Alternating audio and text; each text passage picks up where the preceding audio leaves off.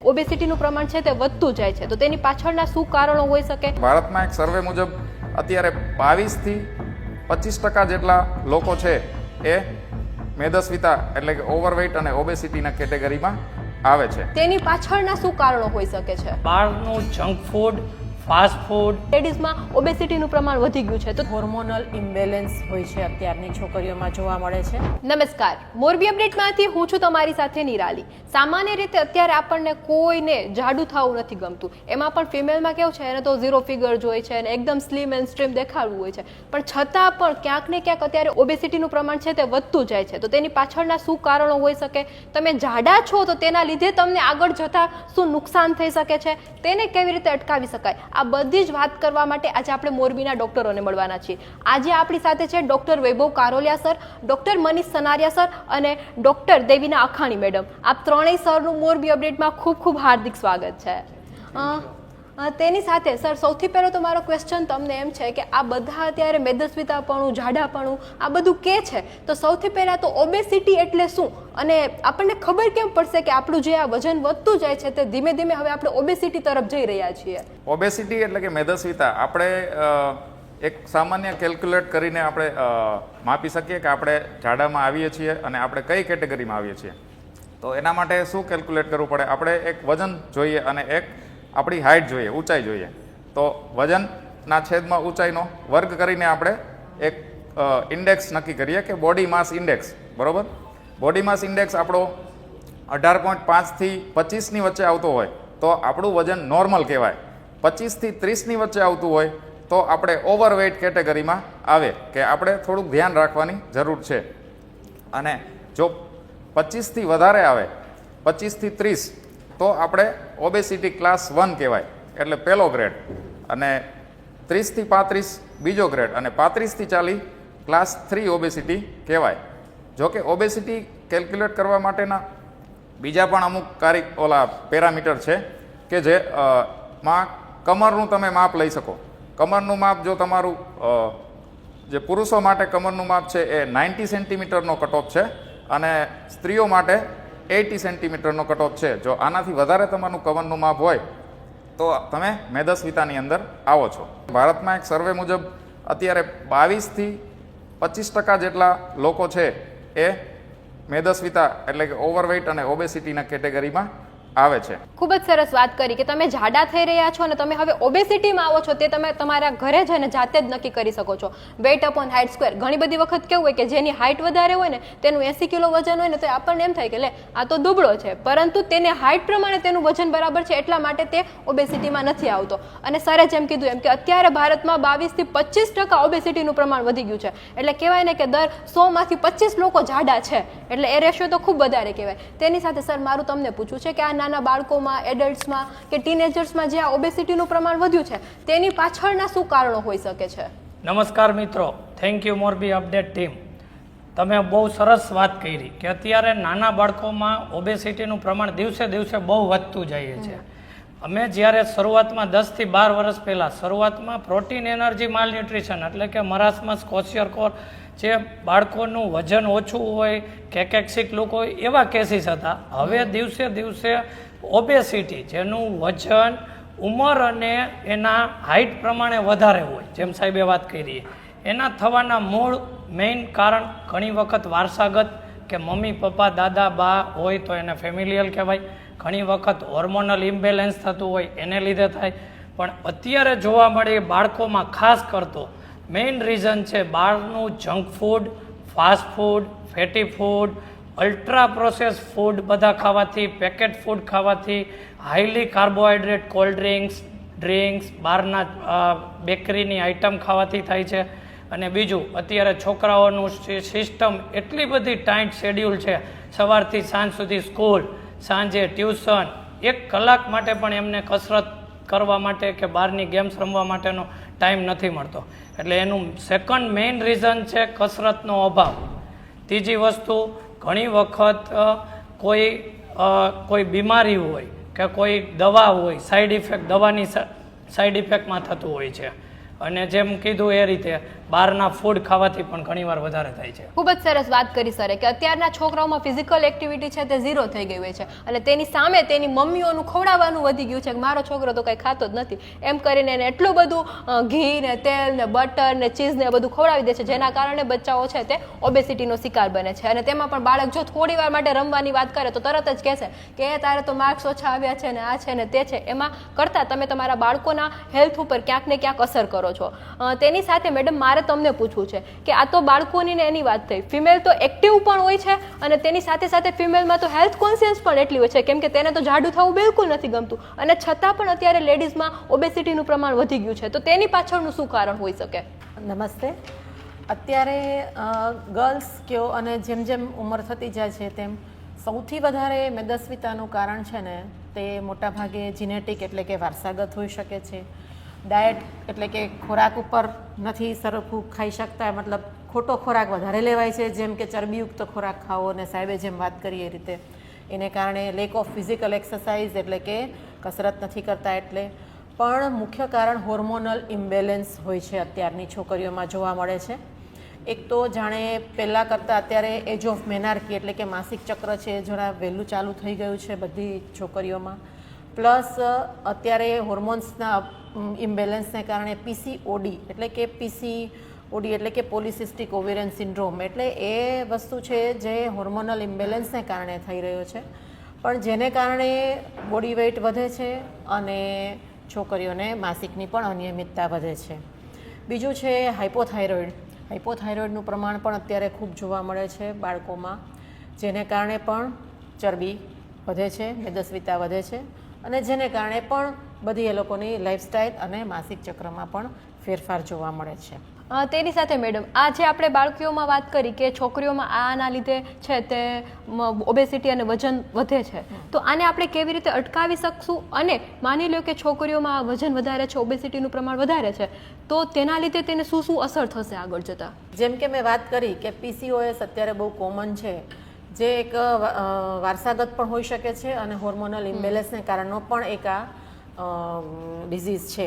હવે પીસીઓએસને આપણે અટકાવી તો ન શકીએ પણ એક વખત જાણે ખબર પડે છે કે આ વસ્તુ આની છે તો એના માટે આપણે છોકરીઓને સતત પ્રમોટ કરવી જોઈએ કે એ લોકોને ફિઝિકલ એક્સરસાઇઝ, લાઇફસ્ટાઇલ મોડિફિકેશન એટલે કે જીવનને આપણે જુદી રીતે જોવું જોઈએ. જેમ કે છોકરીઓને કસરતો કરાવડાવવી જોઈએ, એક્સરસાઇઝ કરાવવું જોઈએ, ફૂડ ઉપર કંટ્રોલ કરવો જોઈએ, ઘી, તેલ, બટરયુક્ત ચરબીવાળા ખોરાકો ન આપવા જોઈએ. કેમ કે પીસીઓએને કારણે એને વજન વધશે એટલે માસિક ચક્ર બેચરાઈ જશે એટલે કે માસિક અનિયમિત આવશે, પછી તેને કારણે ફેટ પાછું વધારે જમા થશે એટલે વધારે ઓબેસ થશે. તો એ બધું એક આખું જે ચક્કર છે ચક્ર ચાલ્યા રાખશે. તો એના માટે થઈને છોકરીઓએ ખાસ તો ફિઝિકલ એક્સરસાઇઝ અને ડાયટ ઉપર ખાસ ધ્યાન આપવું જોઈએ. અને પછી જેમ જેમ છોકરીઓ મોટી થાય, જેમ કે મેરેજ થાય, તો આ લોકોને મેરેજ વખતે પણ સાયકોલોજીકલ ઇફેક્ટ પણ બહુ આવે. કેમ કે નેચરલી કોઈ પણ માણસ ઓબેસ છે, જાડું છે, તો એને પોતાના માટેનો અભાવ થઈ જાય કે ભાઈ હું નથી સારી લાગતી દેખાવ માટે, એને કારણે પછી ડિપ્રેશન આવે, સાયકોલોજીકલ ઇફેક્ટ આવે, જેની પણ પછી શારીરિક અસર વધારે જોવા મળે. અને એ આખું સર્કલ ફર્યા કરે કે ભાઈ ડિપ્રેશન આવે છે તો પછી પાછું શરીર વધે છે તો એને કારણે પણ પાછું માસિકના પ્રોબ્લેમ થાય છે. એ આખું સર્કલ ફર્યા કરે છે. જેથી પછી મેરેજને કારણે મેરેજ તો થાય પણ પછી ઇન્ફર્ટિલિટીના આજકાલ તમે વંધ્યત્વના કારણોમાં મુખ્યત્વે પીસીઓ જોવા મળે છે વધારે, જે મેદસ્વીતા પણ વધારે જોવા મળે છે. તો એને કારણે બાળકો રહેવામાં તકલીફ થાય છે. તો અગેન એના માટે પણ આપણે થોડું કોન્શિયસ રહેવું જોઈએ અને એના માટે પણ કસરત અને ડાયટ ઉપર ખાસ ધ્યાન આપવું પડે છે. આગળ જાય તો ચલો બાળક રહી જાય છે ઇન્ફર્ટિલિટીમાંથી, તો પછી બાળક રહે પછી પણ એને કારણના જોખમો વધી જાય છે. જેમ કે ડાયાબિટીસ આવવું, જે સુવાવડ વખતે કે જે ગર્ભધારણ થાય એ વખતનું ડાયાબિટીસ કહેવાય, બીપી વધે જેને કારણે બાળકના કોમ્પ્લિકેશન્સ થાય, ડિલિવરી વખતે પણ બાળકનું વજન વધારે હોય તો ડિલિવરી પણ જોખમાય, નોર્મલ ડિલિવરીની શક્યતાઓ ઓછી થઈ જાય. એટલે આવા ઘણા બધા કારણોને કારણે બહેનોને તકલીફ લાઈફ ટાઈમ પડ્યા રાખે છે અને આને કારણે પછી આગલા લાઈફમાં પણ મેદસ્વીતાને કારણે તકલીફો રહેતી હોય છે. ખૂબ જ સરસ વાત કરી મેડમે કે જો બાળકીઓમાં એટલે કે છોકરીઓમાં ઓબેસિટીનું પ્રમાણ વધારે હોય તો તેને ખૂબ બધા પ્રોબ્લેમ પડી શકે છે, મેરેજ લાઈફમાં પ્રોબ્લેમ પડી શકે છે, ઇન્ફર્ટિલિટીના ચાન્સીસ આવી જાય છે. તેની સાથે તેને સાયકેટ્રિક એટલે કે તમને ડિપ્રેશન છે, સ્ટ્રેસ છે, આ બધું પણ આવી શકે છે. એટલે ખાસ કરીને છોકરીઓ તો જેટલી એક્ટિવ પોતાના ઘરકામમાં હોય છે ને તેટલી જ એક્ટિવ પોતાના ફિઝિકલ એક્ટિવિટીમાં પણ રહ્યો, જેથી કરીને તમને આવા કોઈ પણ પ્રોબ્લેમ ના આવે. તેની સાથે સર મારો તમને ક્વેશ્ચન છે કે આ ઓબેસિટી નાના બાળકોમાં ને આટલું બધું પ્રમાણ વધી ગયું છે કે 22 થી 25% ઇન્ડિયન પબ્લિકમાં ઓબેસિટી જોવા મળે છે, તો આને આપણે ઓવરઓલ કેવી રીતે અટકાવી શકશું? જેમ મેડમે વાત કરી એમ બાળકોમાં પણ ઓબેસિટીને લીધે ઘણી સાઈડ ઇફેક્ટ થાય છે, જેમ કે બીપી વધવું, કોલેસ્ટ્રોલ વધવું, ડાયાબિટીસ સુગરનું પ્રમાણ વધવું, ફેટી લીવર થવું, રેસ્પિરેટરી શ્વાસની તકલીફ થવી, એલર્જીના પ્રોબ્લેમ વધવા, અને કોઈ પણ ડિઝીઝ જો ઓબેસિટીમાં થાય તો એ હાઈ રિસ્ક કેટેગરીમાં ગણાય છે. અને મેડમે કીધું એ બધા સાયકોલોજીકલ ઇસ્યુ થાય, ડિપ્રેશન અને ઇન્ફર્ટિલિટી, આ બધા કેસીસ થાય છે. આને અટકાવવા માટે અમે જન્મથી જ્યારે બાળકનો જન્મ થાય ત્યારથી જ આપણે ખાસ કરીને પહેલામાં પહેલું સ્ટેપ, સારામાં સારું બેસ્ટ સ્ટેપ માતાનું ધાવણ આપવું જોઈએ, જે અત્યારે બહુ ઓછા કેસમાં 6 મહિના સુધી સંપૂર્ણ ધાવણ આપે છે. ઉપરનું બોટલ ફીડિંગ આપે અને પાવડર ફીડિંગ આપે એટલે ઓવર ફીડિંગ થાય, એટલે મેઇન પહેલું કારણ ઓબેસિટી છે. બીજું, જેમ જેમ વાત કરી એમ બાળકો માટે થોડોક એમને સમયગાળો ટાઈમ આપવો જોઈએ, બાળકને કોઈ ફિઝિકલ એક્ટિવિટીમાં ઇન્વોલ્વ કરવા જોઈએ. સિઝનલ એક્ટિવિટી આવે એમ એ રીતે એને એક્ટિવ, કોઈ બાળકને એને ગેમ્સમાં ફૂટબોલ, વોલીબોલ, ક્રિકેટ, બેડમિન્ટન, ઉનાળો આવે તો સ્વિમિંગ, ક્રિકેટ કોચિંગ એમાં જઈ શકે છે. એક્સરસાઇઝમાં સાયકલિંગ, દોડા કૂદે, દોડે, આ પણ એક અગત્યની એક્સરસાઇઝ છે. આમાં ખાસ બાળકો માટે શું કરવું જોઈએ, મમ્મી પપ્પાએ સાથે એને ઇન્વોલ્વ થવું જોઈએ. મમ્મી પપ્પા સાથે સાયકલિંગ કરશે તો બાળક કરશે. તમે કોઈના ઘરે જાઓ તો લિફ્ટની જગ્યાએ પગથિયા યુઝ કરવા જોઈએ, બને ત્યાં સુધી વોકિંગ કરવું જોઈએ. હવે બીજી વસ્તુ ખાસ કરીને ફૂડ, અત્યારે બહુ બધા junk food, fast food, over food વધારે ખાઈએ છીએ, તો આમાં આપણે ખાસ કંટ્રોલ રાખવો જોઈએ. મમ્મી પપ્પાએ પહેલાં કંટ્રોલ રાખવો જોઈએ, પછી બાળકો કંટ્રોલ રાખશે. અને તૈયાર ફૂડ બને તેટલા અવોઇડ કરવા જોઈએ. કોઈ પણ ફૂડ અત્યારે તમે બજારમાં મળતા fatty, oily, high cheese, high butter, high ઓઇલવાળા હોય છે, એ સૌથી ડેન્જર છે. એની જગ્યાએ બાળકોના ખોરાકમાં પ્રોટીન ડાયટ વધારવું જોઈએ, જેમાં કઠોળ, મગ, મઠ, ચણા, શાકભાજી, લીલા પાંદડાવાળા શાકભાજી, મિક્સ વેજીટેબલ, સબ્જી, સલાડ, આવું વધારે આપવું જોઈએ, જેથી કરીને બાળકને બધા પ્રમાણમાં બેલેન્સ ડાયટ જાય અને ફેટી ફૂડ અવોઇડ કરવું જોઈએ. હવે વાત રહી કાર્બોહાઈડ્રેટ. કાર્બોહાઈડ્રેટ પણ આપણે કેવું કરીએ, રોટલી અને શાક જમતી વખતે રોટલી વધારે ખાય, શાક ઓછું ખાય. એનું ઉલટું કરવું જોઈએ, રોટલી ઓછી ખાય અને શાક વધારવું જોઈએ. જેમ દાળ ભાતમાં ભાત વધારે ખાય, દાળ ઓછી નાખીએ, એવું ન હોવું જોઈએ. ભાત ઓછા કરી દાળ વધારવી જોઈએ, એટલે પ્રોટીન વધારે મળે. બીજી વસ્તુ, છોકરાઓ માટે સ્પેસિફિક ટીવી જોતા, મોબાઈલ જોતા જમવાની ટેવ અત્યારે ઈચ એન્ડ એવરી બાળકને હોય છે, એટલે તેને બાળકને કંઈ ખબર જ નથી હોતી કે કેટલું ખાય છે.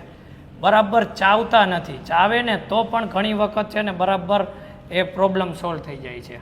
અને બીજા કોઈ ડિઝીઝ ઇન્ડ્યુસ હોય તો આપણે એ ડિઝીઝ કોઈ કારણ હોય, રોગ હોય તો એનું સારવાર કરવી જોઈએ.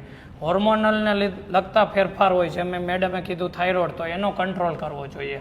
અને આપણે ટાર્ગેટ કરવો જોઈએ, આપણું વજન હોય એનાથી 10% વેઇટ લોસ 6 મહિનામાં આપવો જોઈએ. એટલે એમનું સ્ટેપ બાય સ્ટેપ, એકદમ તરત જ તાત્કાલિક વજન ઘટાડવો ન જોઈએ, સ્ટેપ બાય સ્ટેપ ઘટાડવો જોઈએ, એને પછી મેન્ટેન કરવું જોઈએ. એ બહુ અગત્યની વસ્તુ છે. ખૂબ જ સરસ વાત કરી કે ડાયટ કંટ્રોલ હોવો જોઈએ અને તેની સાથે બાળકોમાં ફિઝિકલ એક્ટિવિટી. અમે નાના હતા ત્યારે મને આજે પણ યાદ છે કે સાંજનો સમય એટલે રમવાનો, ત્યારે કોઈ પણ જાતનું સ્ટડી કે બીજું કાંઈ જ નહીં, બસ રમવાનું. એટલે તમે પણ તમારા બાળકોની ફિઝિકલ એક્ટિવિટી વધારો. જો તમને તેને સોસાયટીમાં મૂકતા ડર લાગે છે તો તમે જાતે એની સાથે જાઓ.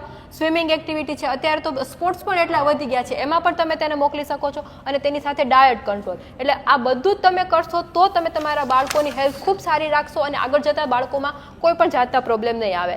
તેની સાથે સર તમે આજે મોરબીની પબ્લિકને શું મેસેજ આપવા માંગશો? મેદસ્વીતાના કારણે જેમ સાહેબે કીધું એમ ડાયાબિટીસ, બીપી છે, હૃદયના હુમલા છે, સ્ટ્રોક આવવો, એ ક્રોનિક કિડની ડિસીઝ એટલે કે કિડની ખરાબ થવી, પછી સાંધાના કે મણકાના કે જે ઢીંચણના દુખાવા થાય, એ બધા તકલીફો તો થાય જ છે.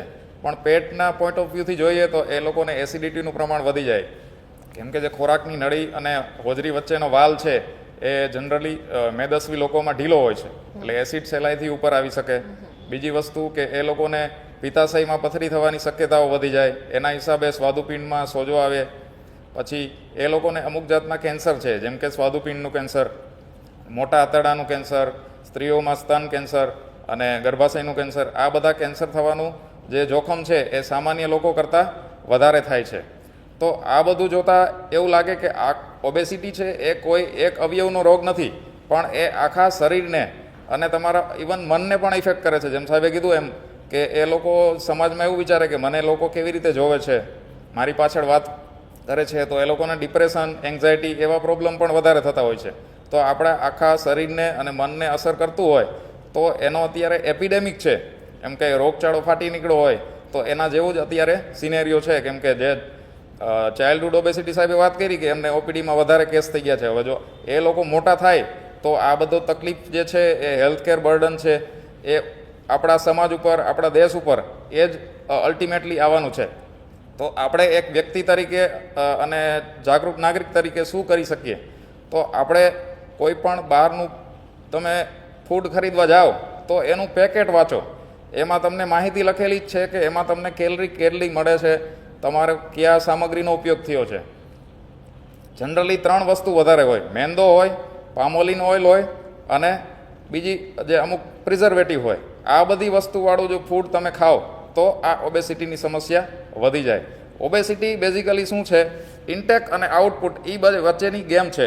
તમારું જો ઇન્ટેક વધારે હશે અને તમે ખર્ચો ઓછો હશે કેલરીનો, તો તમારે જે વધારાની કેલરી છે એ તમારા ગોડાઉનમાં સ્ટોર થશે. તમારું ગોડાઉન કયું? તો કે લીવર. લીવરમાં તમારે ફેટ ચરબી જમા થાય એટલે તમને ફેટી લીવર થાય. અને અત્યારે એક ગંભીર સમસ્યા એ છે કે જેટલું આલ્કોહોલથી લીવર ડેમેજ થાય છે એટલું જ ગંભીર ડેમેજ અત્યારે મેદસ્વીતાપણાના હિસાબે થાય છે. અત્યારે જે લીવર સિરોસિસના, એન્ડ સ્ટેજ લીવર ડિસીઝના અમે કેસ જોઈ છે, એમાં 30% લોકો એવા હોય છે કે જેમે આલ્કોહોલની કંઈ વ્યસન નથી હોતું, કોઈ વાયરસની બીમારી નથી, ફક્ત એમનો વાંક એટલો છે કે એમનું વજન વધારે હતું, 80-90 કિલોની આજુબાજુ વજન હોય, તો એ લોકોને પણ લીવરની તકલીફ એટલી જ છે. એટલે એ એક કમનસીબીની વાત છે. તો સાહેબે કીધું એમ ડાયટ, એક્સરસાઇઝ અને લાઇફસ્ટાઇલ એ બધામાં આપણે જો ધ્યાન રાખીએ તો ઓબેસિટી જે દુષ્પરિણામો થાય છે એ આપણે નિવારી શકીએ. ખૂબ જ સરસ વાત કરી સરે કે ઓબેસિટીથી ખાલી એક રોગ નહીં પરંતુ તમારા શરીરમાં જેટલા કોઈ પણ ઓર્ગન છે તે બધાને ડેમેજ થઈ શકે છે અને બધામાં તમને પ્રોબ્લેમ આવી અને કોઈ મોટું ડિસીઝ પરિણમી શકે છે. એટલે ખાસ કરીને આપણે ફક્ત ને ફક્ત દેખાવ માટે નહીં કે ચલો અમે સારા દેખાય એના માટે નહીં, પરંતુ તમારા ફિઝિકલ હેલ્થ માટે, તમારી શારીરિક સ્વસ્થતા માટે આપણે વજન છે તે ઘટાડવું પડશે. અને જો તમારું વજન ઘટશે તો તમને આગળ જતાં કોઈ પણ જાતના પ્રોબ્લેમ નહીં આવે અને તમે એકદમ હેલ્ધી લાઈફસ્ટાઈલ જીવી શકશો. અને આપણા જે કોઈ પણ પૈસા આરોગ્યમાં કે આપણી તબિયત ખરાબ થવાના લીધે બગડશે તે પણ આપણે બચાવી શકશો. તો આપ સૌ સરનો ખૂબ ખૂબ આભાર કે આપ અહીંયા આવ્યા અને આટલી સરસ મજાની ઇન્ફોર્મેશન અમને મોરબી અપડેટ દ્વારા આપી. તો thank you so much sir. તેની સાથે હું મારી આજની વાત પૂરી કરું છું. કાલે ફરીથી કોઈ નવી વાતની સાથે આપણે લોકો મોરબી અપડેટમાં મળશું. તો ચાલો ત્યાં સુધી આવજો.